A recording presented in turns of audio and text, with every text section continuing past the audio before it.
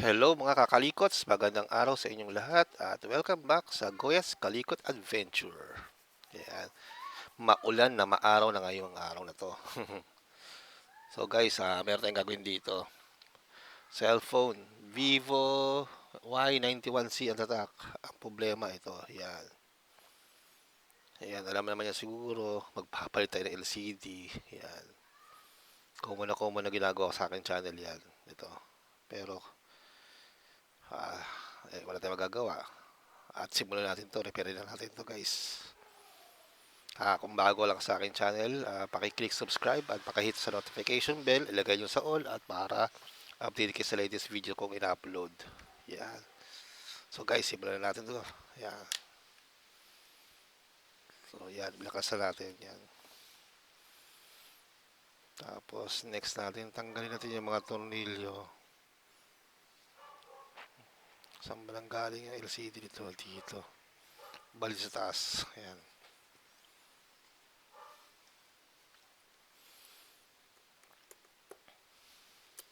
Yun. Kamusta pala kayo dyan mga kakalikot sa atin? Itong nakaraang nag-uulan. Dito sa pwesto namin sa may sa Fairview, sa may Lagro mismo, hindi naman kami binaha pero yung labasan lang namin. Iyon, baha. Kasi nga dahil sa mga ginagawang MRTA dito sa amin. Siguro yung mga drainage na barahan. Yan, titinan nyo sa Commonwealth. Karugtong yun pupunta sa amin dito hanggang sa Bulacan Tingnan sa Commonwealth, diba? Tagbaha din. Yan. So, next natin, tanggalin natin itong battery.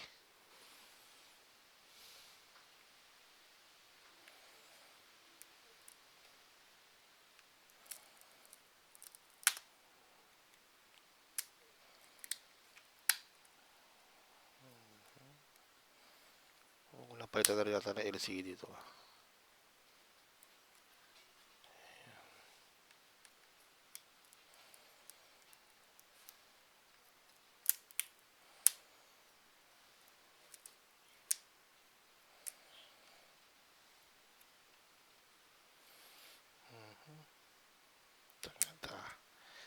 Yan, wait lang guys.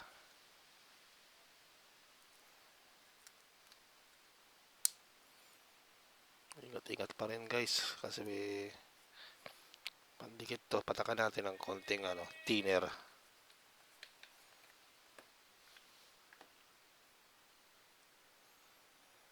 Masyado maliwanag. Kaya patayin natin to. Yan. Tingnan natin yung ilaw. Ganun pa rin, maliwanag pa rin.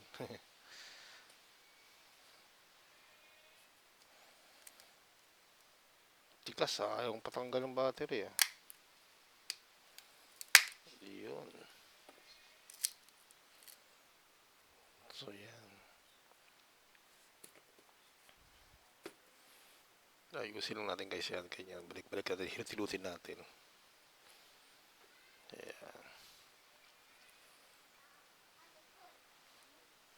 So dito nilagay. Yan. Ito yung LCD. Original pa. Kasi yung tatak na Vivo.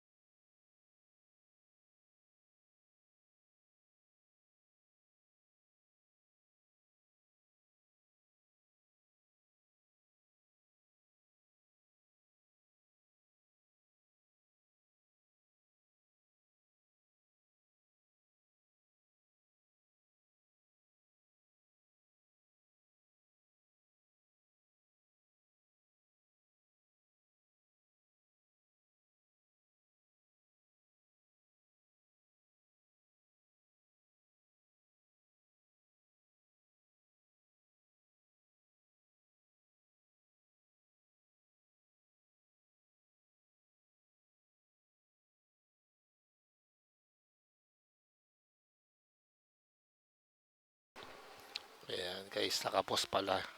Ayan. Ay, nakapost, nakamute pala yung ano ko. Ang aking mic. Kasi meron daw kasing ano, nakitang labubo daw sa tabi ng kotse sa tapat ng bahay. Sabi ng anak ko, kasi bumili ng ano candy. Sabi ko, damputin nila. Sabi may tao daw sa may tabi ng sasakyan. Sabi ko, ituro nyo, mamaya sa kanya yun. Di pa pa makadampot. Diba? Ayun. Okay, so tanggal na natin.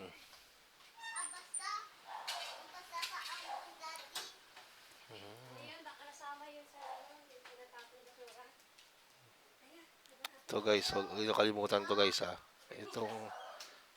Itong parang screen mesh niya rito. Ayan. Tanggalin natin yan. Hindi nakakabit siya madalas Nakakalimutan yan guys. Kapit ng kapit Parang jowa nyo Yan. Ito ba? This, dukutin natin. Yun. Yan sasabi ko, yung mesh dyan sa LCD. Ayan. Makalimutan. So, tabi natin itong luma. At tinisin natin muna to. Yung frame.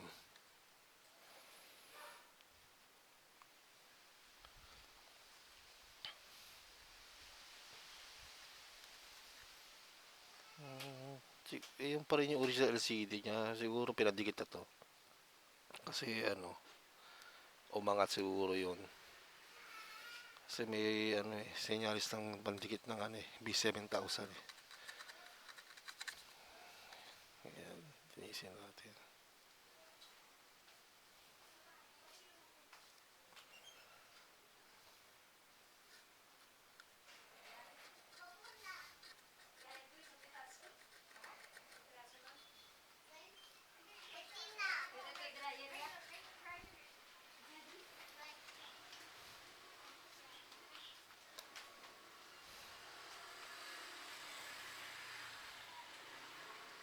Mga libag-libag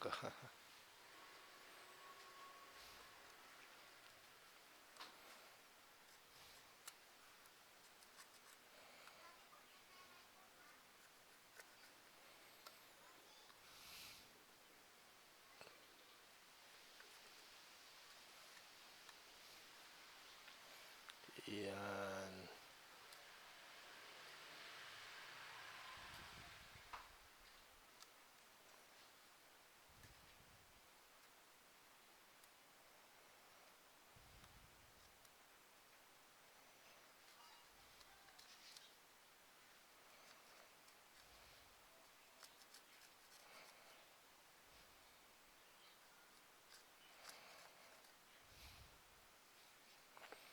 Yan guys, linisin lang natin na maigi. So, siyempre, gumamit dito ng basahan. At saka lacquer thinner.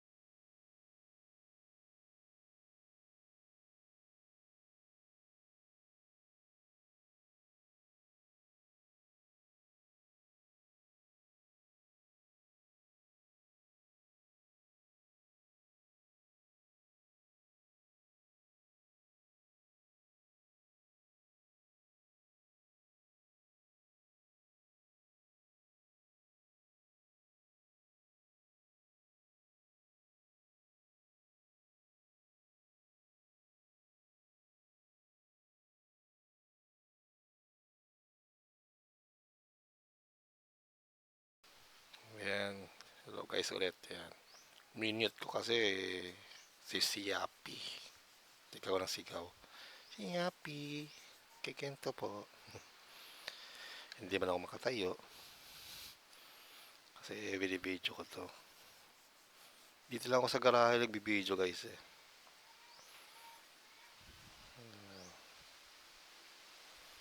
So linisin lang natin to.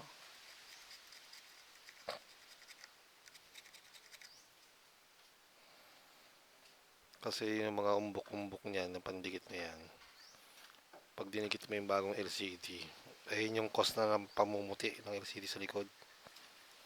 Diba kunyari nakapatay yung LCD yung bago, may makikita kayo parang dot na puti, ng puting-puti kasi naiipit yun eh. Naiipit press. Ganyan. Kaya dapat malinis dapat yan. Yan. Tapos guys, testingin natin itong bagong LCD nya bago natin idikit.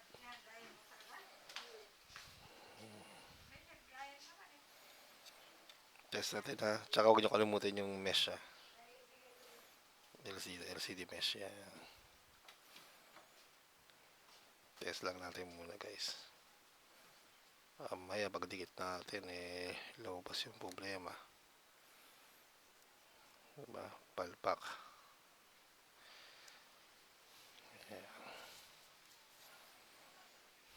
Ayan, gamit natin ito. Ayan.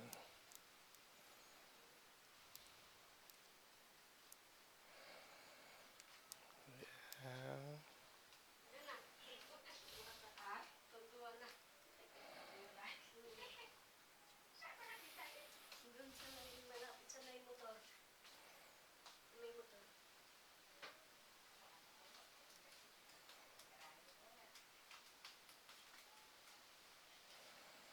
Yun, may lumabas. Bipo.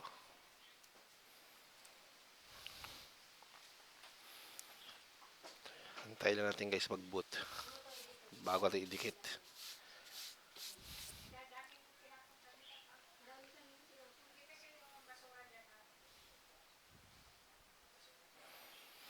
Ayan, antayin natin guys lang ha.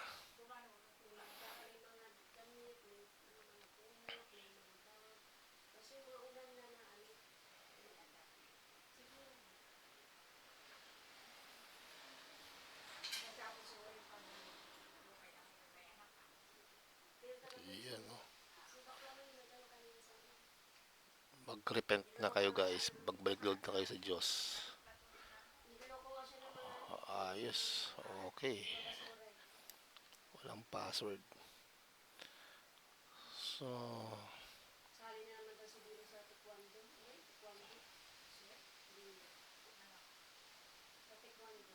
check natin guys.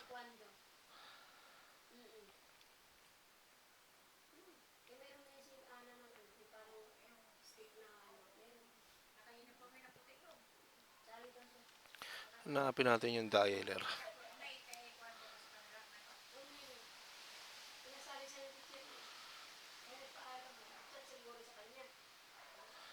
Okay naman. Okay naman.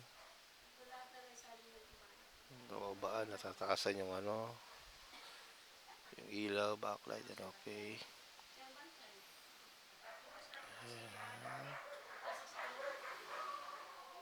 Nasaan na ba yung dialer? Yan, dialer. Ayun, okay naman siya guys. So, dikitan natin to. Ayan. Simulan na natin to guys.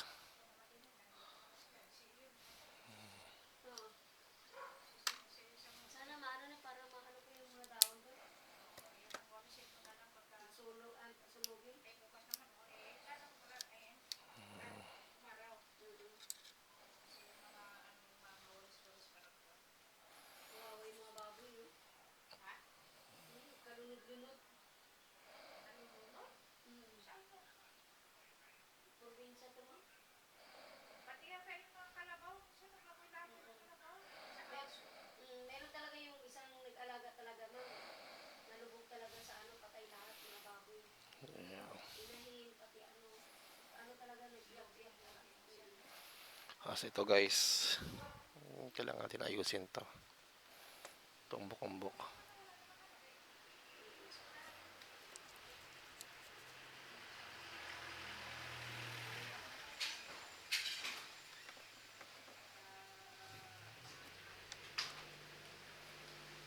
ba? Wala na yung kulubot. Pantay-pantay na.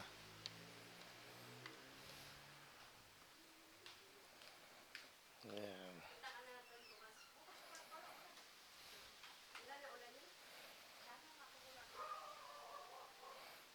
Tanggalin natin yung mga pandikit-pandikit guys pa. Pali mag...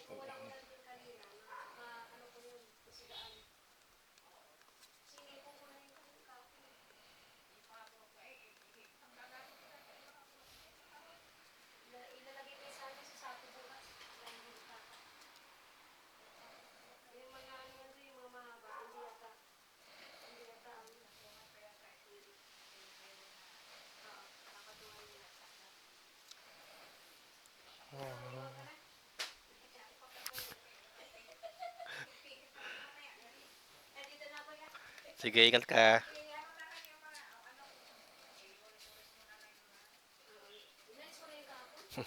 Uwi na yung yaya ng mama ko.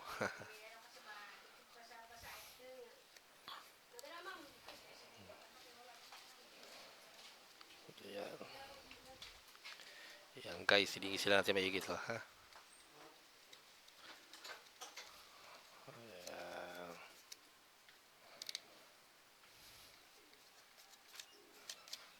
Pero nagpapatagal sa video natin eh, ang paglilinis eh. Yan lang.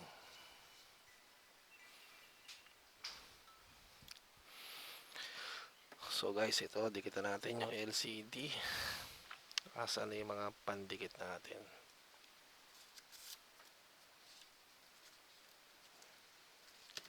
Ito yung mga pandikit natin guys. Yan. Tapos itong malaki. Ito guys, luma na to eh. So, ito yung pandidikit ko sa battery. Sayang naman din eh, tatapon mo lang eh, pwede pa naman yung laman. So ito guys, dikit ko ng LCD.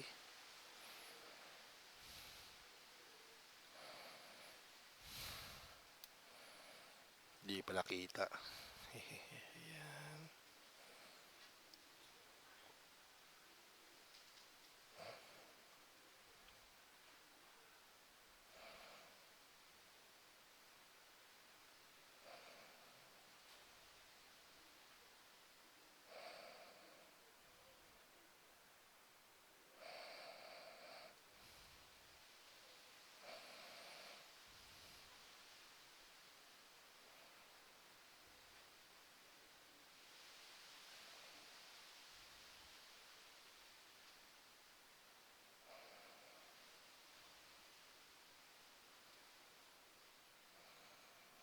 Ayan.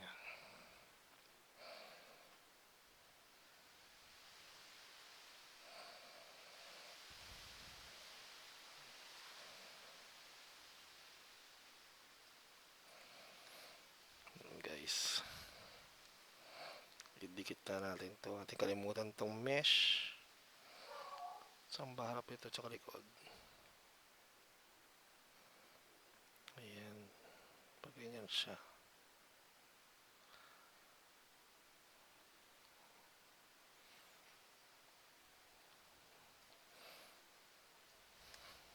Ayan. Tweezer.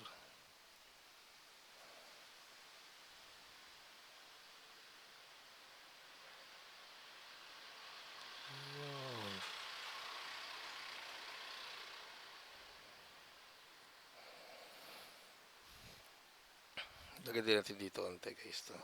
Ayan. Ayan. Bihira ko gawin to pero minsan kailangan eh. Para hindi bumitaw yung LCD. Ayan. So guys, di ko na tatanggalin to. Itong kulay blue na to. Pwede rin. Para mas double ano. Tibay. Ayan. Para pag natanggal yung LCD sa pagkakadikit, mayroon pa rin siyang suportang nakakapit.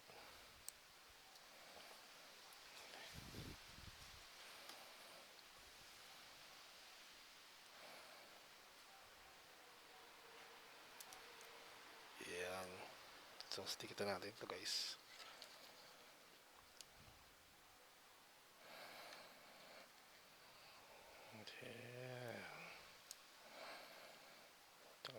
dapat.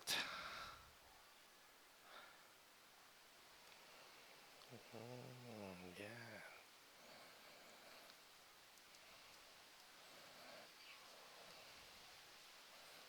Gusto. Dikita natin ito rito.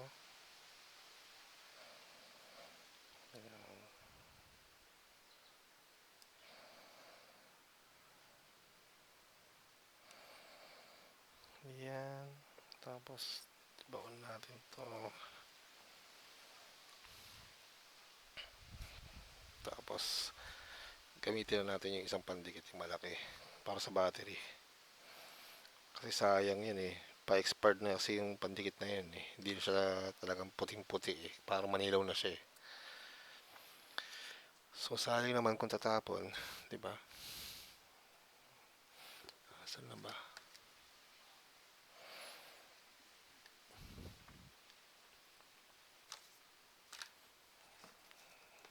Kinuha na naman yung anak ko.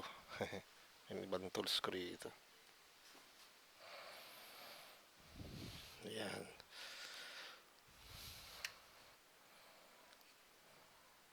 Hindi ko na kinakat-cut yung video. Dire-diretso na ko yan. Ayan. Hindi na madilaw na to eh.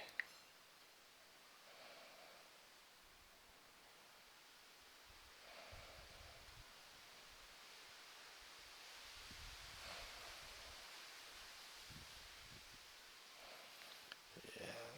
Para di sayang yung pandikit no.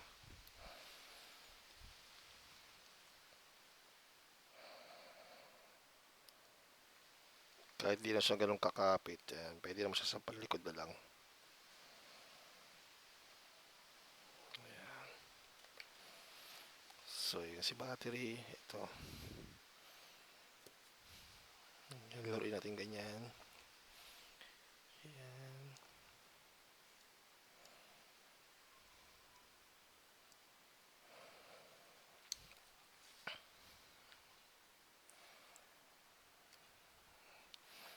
Tapos, ikabitan natin to. Itong lock frame dito. Ayan.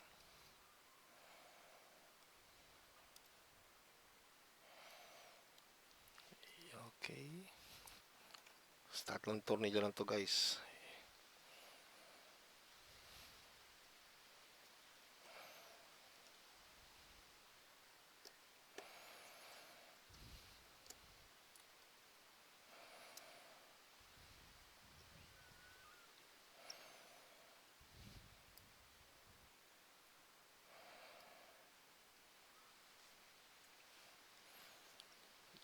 Yun. Nag-lock na siya. So, ganyan. Ikabitan natin to. Back case niya.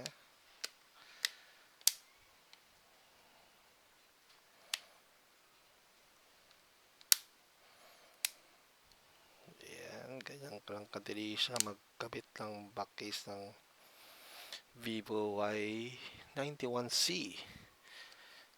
Kapitan rin natin yung SIM card. Tapos punasan na natin din yung gilid-gilid, yung mga sobrang pandikit na lumabas. Malinis din yan.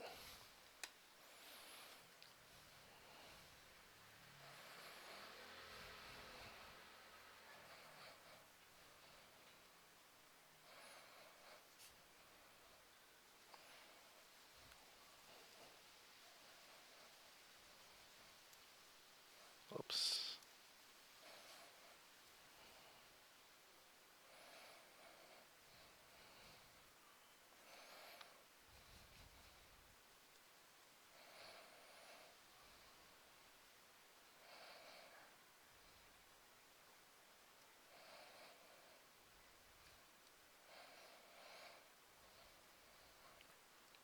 Tapos ito nga palang binili ko guys, may kasamang tempered glass to.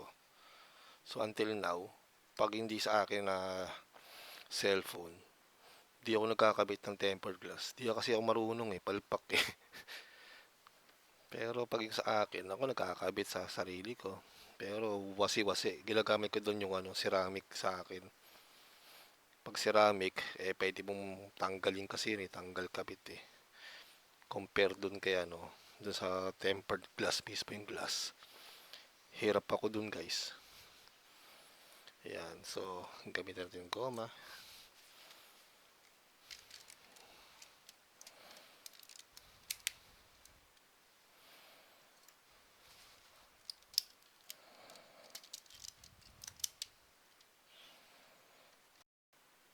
Yun, napos guys yung yung pagkuha ko ng goma. Ayan, sensya na. Yun, dugtong ko na lang yan sa video recorder. Ayan. Bali guys, yan. Testing na natin. I-on natin. May di na nag-on. Although low bat siya. Ayan. Ayan, nagbukas naman. Tapos i-ready ko na rin yung charger ko. Para matest natin kung nag-charge.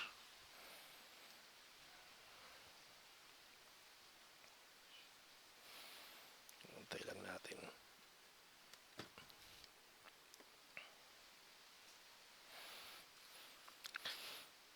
Tapos habang nagantay, ligpit-ligpit din ang kalat guys. Para pag next repair, malis na yung peso natin.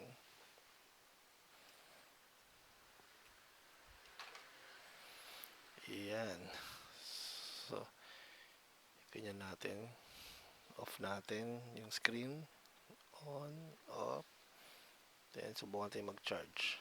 Kung mag-charge siya. Oops, nag-charge, sumunog. Nasa 14% siya. Tignan natin guys hugutin ko kung magre-react siya. Hindi pa nag-react. Yan. So yan. Yun, nag-charge din siya ulit. So off natin para makita natin sa sa mismong screen niya. Pag in-off natin. Yan, hintay lang tayo. Then, try na natin. Kung lalabas, charge. Naka-off lang nga ata screen nito Ay, yun. Hindi nagdi-display pa nag-charge.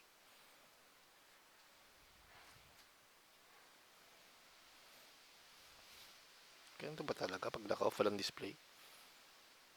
Pag nag-charging. 1.2 ampere siya. Ayun, meron. Kala ko wala Yan. So guys, charging siya. Kung may natutunan kayo sa aking video guys, paki-click subscribe at paki-hit notification bell para update kayo sa latest video uploads ko po. Ayan. So guys, testingin ko na lang itong mga to. Testing ko yung volume up, volume down, camera, testing ko, speakers na lang. Ayan. So, hanggang sa muli guys. Paalam! Mag-ingat kayo lagi sa bahay nyo kasi nag-uulan. Paalam guys.